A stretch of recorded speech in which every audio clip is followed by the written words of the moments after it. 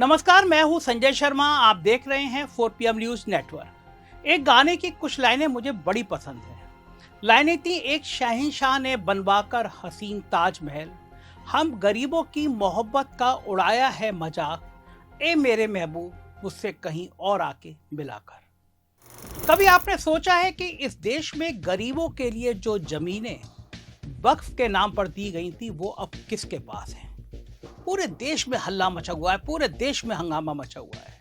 आज मैं एक बहुत महत्वपूर्ण बात पे आपसे चर्चा करना चाहता हूं और मुझको यकीन है ये दिल को छूने वाली चर्चा है और देश को अब ये तय करने वाली चर्चा है। क्या वो जमीनें अनाथ बच्चों की भलाई के लिए इस्तेमाल हो रही हैं या किसी अरबपति के ऐशो आराम के लिए? आज हम बात करेंगे उस इमारत की जिसकी चमक दमक दुनिया देखती है, मुकेश अंबानी का एंटीलिया। मगर इस चमक दमक के नीचे दबा है एक सड़ांध मारता हुआ सच। वक्फ की जमीन पर बना है ये अरबों का महल, ऐसा आरोप है। वक्फ क्या होता है? जनता की जमीन, गरीबों की उम्मीद। वक्फ एक इस्लामिक व्यवस्था है जिसके तहत कोई संपत्ति अल्लाह के नाम पर समाज के जरूरतमंदों के लिए वक्फ कर दी जाती है, दान दे दी जाती है। ये जमीनें अनाथों, गरीबों, बुजुर्गों और शिक्षा संस्थानों के लिए होती है। ये कोई निजी संपत्ति नहीं होती है, ये एक अमानत होती है। एक भरोसा होता है कि इसका इस्तेमाल नेक कामों में होगा। भारत में करोड़ों एकड़ वक्फ जमीन मौजूद है। आरोप है कि मोदी जी अपने दोस्तों को ये जमीन देना चाहते हैं। ये दुनिया में मुसलमानों के पास मौजूद सबसे बड़ी धरबाज संपत्तियों में से एक है। मगर क्या इसका सही उपयोग हो रहा है? कई जगह हो रहा है और बहुत सारी जगह नहीं हो रहा है। एंटीलिया पे हम आते हैं। एक गगनचुंबी सपना है ये या गरीबों के हक पर डाका है ये मुकेश अंबानी का? इस पर आज बात करते हैं। मुंबई के सबसे महंगा इलाका है अल्टामाउंट रोड पर स्थित 27 मंजिला इमारत दुनिया के सबसे महंगे घरों में गिनी जाती है। ए मेरे महबूब मुझसे कहीं और आके मिलाकर। इसकी कीमत लगभग 15,000 करोड़ रुपया आंकी गई है। यहाँ 600 से ज्यादा लोग काम करते हैं। पूरा स्टाफ महल की देखभाल में लगा रहता है। मगर ये महल बना कहाँ है, किस जमीन पर?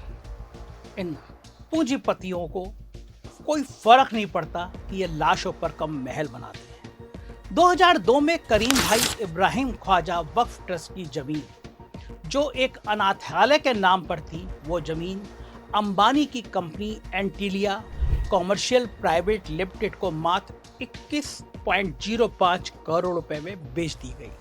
इसे कौड़ियों पर बिकना कहते हैं। अब सवाल यह है, क्या ये ट्रस्ट को हक था बेचने का? बिल्कुल नहीं, क्योंकि ये जमीन वक्फ बोर्ड की संपत्ति थी और इसके लिए वक्फ बोर्ड की अनुमति लेना अनिवार्य था। मगर ना उस वक्फ बोर्ड की अनुमति दी गई और ना ही सार्वजनिक निविदा निकाली गई। इस बात के आरोप कई दस्तावेजों में लगाए गए हैं। मैं बताऊंगा आपको कि एक अनाथालय से अरबपति तक कैसे बिकता है इंसाफ। ये जमीन गरीब बच्चों के अनाथालय के लिए वक्फ की गई थी, मगर जिस संस्था ने उसे संभालना था उसने उसे देश के सबसे अमीर आदमी को बेच दिया। इसे कहते हैं विश्वासघात।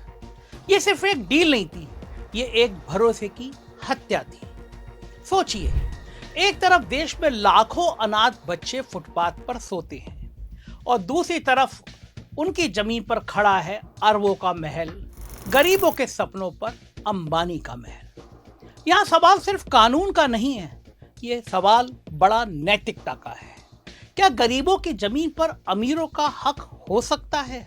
इससे भी बड़ा सवाल यह है कि इस मामले पर सरकार, अदालत और मीडिया की चुप्पी क्यों है? जब वक्फ बोर्ड को यह जानकारी मिली तो उन्होंने इस बिक्री को अवैध बताया और बॉम्बे हाई कोर्ट में मामला दर्ज किया।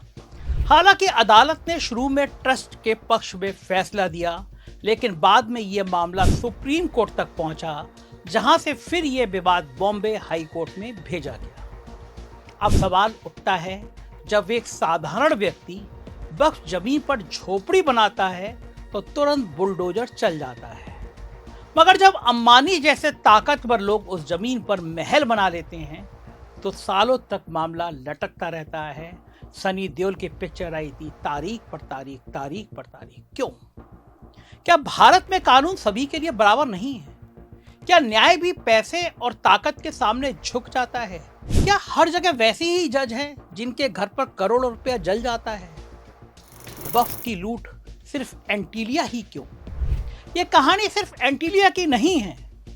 देश भर में हजारों वक्फ संपत्तियां गैर कानूनी ढंग से बेची जा चुकी हैं। कहीं पर मॉल बन गए, कहीं होटल बन गए, कहीं ऑफिस बन गए। दिल्ली, हैदराबाद, लखनऊ, मुंबई, हर जगह वक्फ की जमीनों पर कब्जे हैं। कई मामलों में सरकारें और अफसर भी मिली होती है और कई बार तो खुद वक्फ बोर्ड के अधिकारी दलाल बन जाते हैं। ये पूरे सिस्टम की गिरावट है। एआईएमआईएम के सांसद ओवैसी ने खुलेआम संसद में बयान दिया था कि एंटीलिया वक्फ जमीन पर बना है और अंबानी को इससे बेदखल किया जाना चाहिए। मगर ना कोई टीवी चैनल इस पर बहस करता है, न कोई भारतीय जनता पार्टी और ना ही कोई कांग्रेस का नेता भी इस पर टिप्पणी करता है, क्योंकि नाम अंबानी का है। ये सिर्फ मुसलमानों का मुद्दा नहीं है। ये मत समझिए कि ये सिर्फ वक्फ या मुसलमानों का मुद्दा है। ये हर आम आदमी का मुद्दा है, क्योंकि जब गरीबों की जमीन बिकती है तो पूरे समाज का भरोसा टूटता है। जो जमीनें अनाथ बच्चों, विधवाओं और गरीबों के लिए थी, अगर वो अरबपतियों की हवेली बन जाएं, तो फिर गरीबों के लिए इस देश में क्या बचेगा? जनता की आंखें खोलना ही चाहिए, एक आवाज उठनी चाहिए, क्योंकि ये लड़ाई सबकी है। हमें ये लड़ाई सिर्फ कोर्ट में नहीं लड़नी, हमें इसे जनता की अदालत में भी लड़ना है। हमें ये सवाल पूछना है कि क्या एक अरबपति का महल गरीब अनाथ बच्चों की जमीन से ज्यादा जरूरी है? क्या कानून सिर्फ गरीबों के लिए सख्त है? और क्या मीडिया, देश की गोदी मीडिया इसलिए चुप है क्योंकि सारा माल, सारा पैसा, सारा विज्ञापन अंबानी के पास है? समाधान क्या है?